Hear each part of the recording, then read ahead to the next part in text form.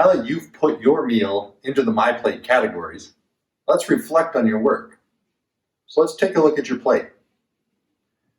How could it have been more balanced? Are any of the food groups empty? If so, fill in something you could eat from this food group.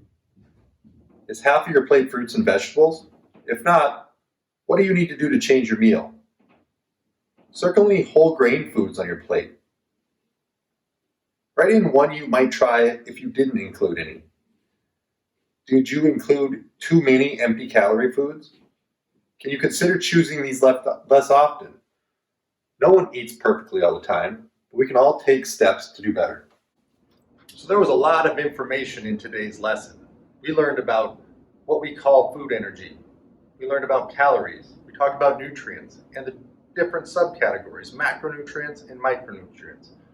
And when we talked about My Plate, we talked about the different food groups that provide those different nutrients that our body needs. You took your very own meal and split it into parts and analyzed it and found out where it belonged in the My Plate diagram. We also talked about what kind of foods that we should maybe avoid in the form of empty calories. Now, all of this may seem like a lot of information, but it's actually quite simple.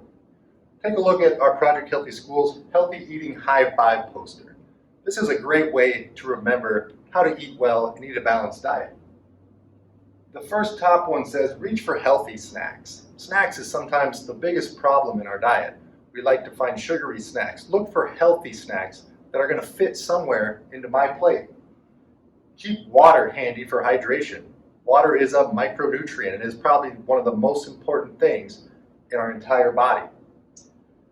We want to fill up on fiber and potassium. And remember, we talked about we can get a lot of fiber and potassium from the 2 fruits and vegetables group, which should make up half of our entire diet.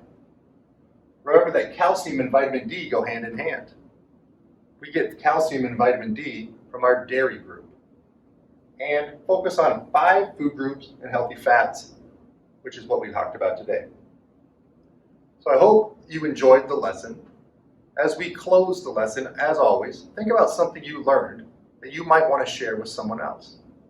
I look forward to working with you in Lesson 4.